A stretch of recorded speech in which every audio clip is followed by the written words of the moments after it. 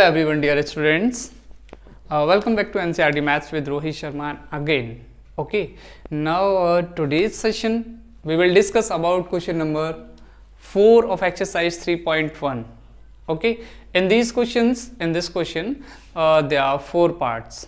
Okay, so firstly we will solve its first part, after then other parts.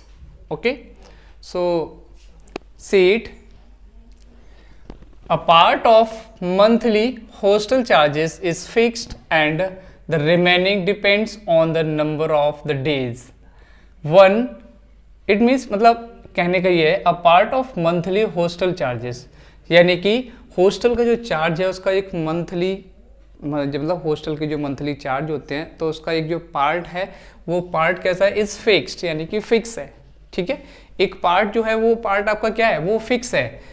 And the remaining depends on the number of the day, और बाकी का जो parts है वो किस पे डिपेंड है, जो रिमेनिंग पार्ट्स है वो रिमेनिंग पार्ट्स आपका जो डेज बचे हुए हैं उस पर डिपेंड करता है. ठीक है, नंबर ऑफ डेज के अकॉर्डिंग वहां लिया हुआ है. One has taken food in the mess. One has taken food in the mess मतलब कहने का ये है कि एक जो है उसमें से जो मैस में फूड है, मतलब मैस में जो खाना बनता है उसके लिए भी यहाँ पे लिया गया है. ठीक है, आगे देखते हैं. व्हेन अ स्टूडेंट ए, जब स्टूडेंट ए यानी कि यहाँ पे दो स्टूडेंट्स है ए और बी, तो लेट किया गया है स्टूडेंट ए और next student B. Here they are two students. Okay, so firstly student, when a student A take food for 20 days, मतलब उसमें से एक स्टूडेंट ने जब क्या किया 20 दिन खाना खाया एंड शी हैज़ टू पे 1000 रुपीज़. जब उसने 20 डेज खाना खाया तो उसने क्या किया, उसके लिए 1000 रुपीज़ को पे किया. ठीक है, 1000 रुपीज़ पे किया. मतलब क्वेश्चन की लैंग्वेज को आपको क्या करना है, ईजिली समझना है. 1000 रुपीज़ उसने पे कर दिए एज हॉस्टल चार्जेस, मतलब एज अ हॉस्टल चार्जेस. ठीक है, हॉस्टल का जो चार्ज था उसमें मैथ्स जो इंक्लूड है उसी में, तो 20 डेज के अकॉर्डिंग उसने क्या किया, 1000 रुपीज़ पे कर दिए. Where is a student B, जबकि अदर स्टूडेंट है, अब दूसरे स्टूडेंट के लिए डिस्कस किया रहा है, दूसरे स्टूडेंट को बोलते हैं.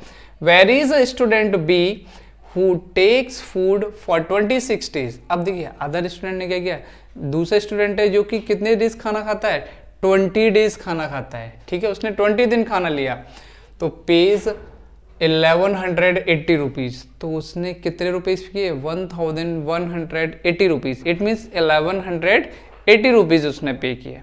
Okay, next as hostel charges, as a hostel charges. ठीक है, हॉस्टल में उसमें क्या है, जो मैस वैस का भी खाना है वो सब उसी में इंक्लूड है. ठीक है, तो रहने का खाने का सब कुछ उसने कितना दिया हुआ है, 26 डेज का 1180 रुपीज़ पे किया हुआ है.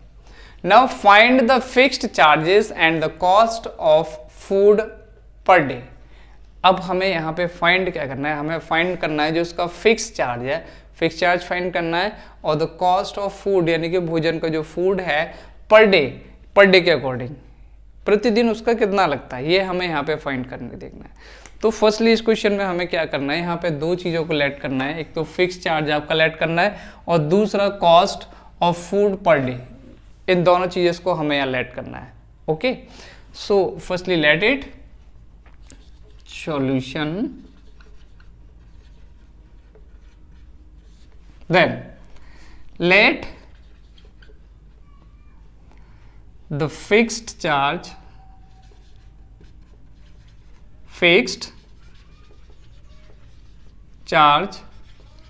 be X rupees. Okay, and the charge of food, the charge of food per day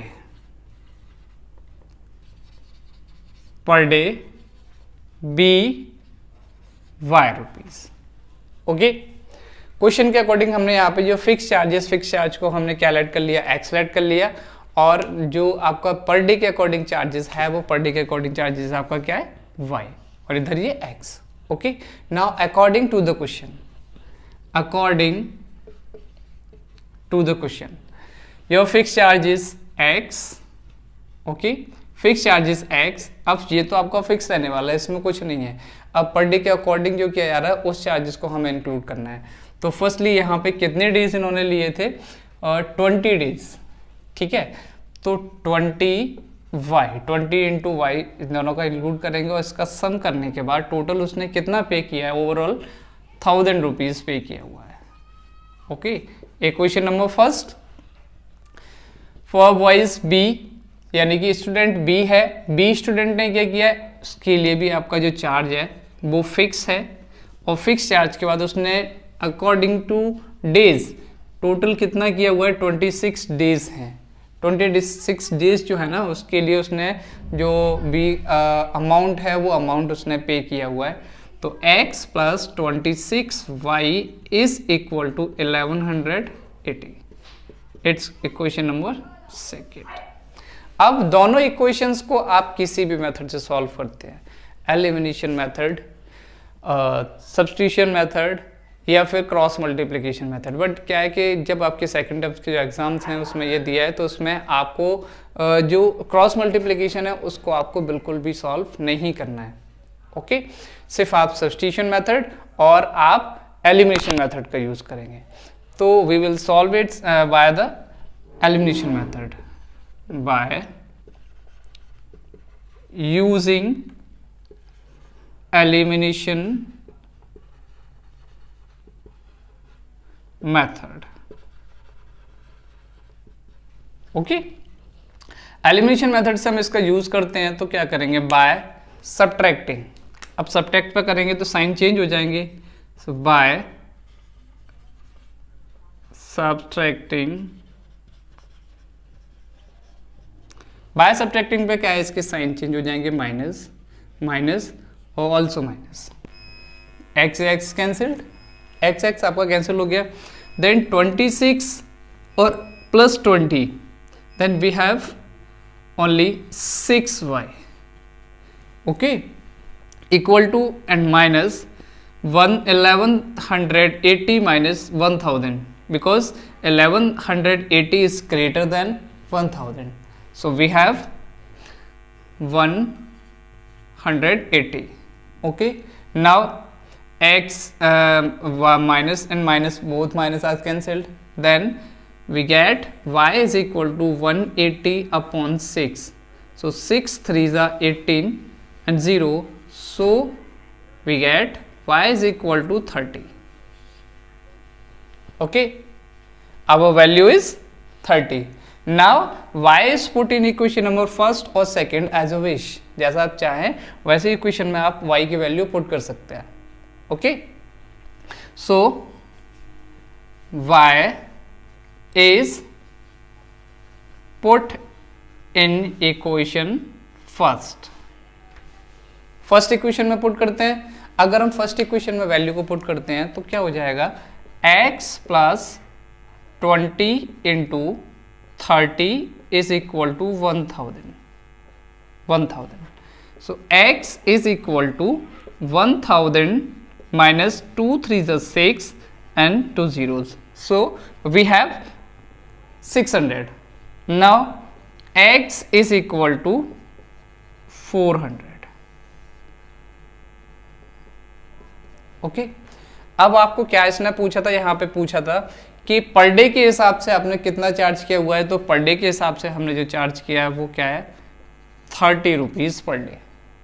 okay, 30 rupees per day किया हुआ है. नाउ अब फिक्स चार्ज जो है आपका, वो फिक्स चार्ज आपको वो तो पे करना ही करना है. तो वो आपका क्या है, वो आपका है 400 रुपीज. ओके, तो इस तरीके से आपके एक्स और वाई दोनों की वैल्यू आपकी फाइंड होके आ गई, और फिक्स चार्जेस भी आपको पता चल गया, और charges of food per day ये भी आपको पता चल गया. ठीक है, तो इस तरीके से आपका क्वेश्चन जो है ना वो कंप्लीट हो चुका है. ओके, सो आप इस क्वेश्चन को अच्छी तरीके से देखिए, और क्वेश्चन देखने के बाद अगर आपको वीडियो मेरी सही लगे, पसंद आए, so follow my videos and follow subscribe my channel. Okay, thank you.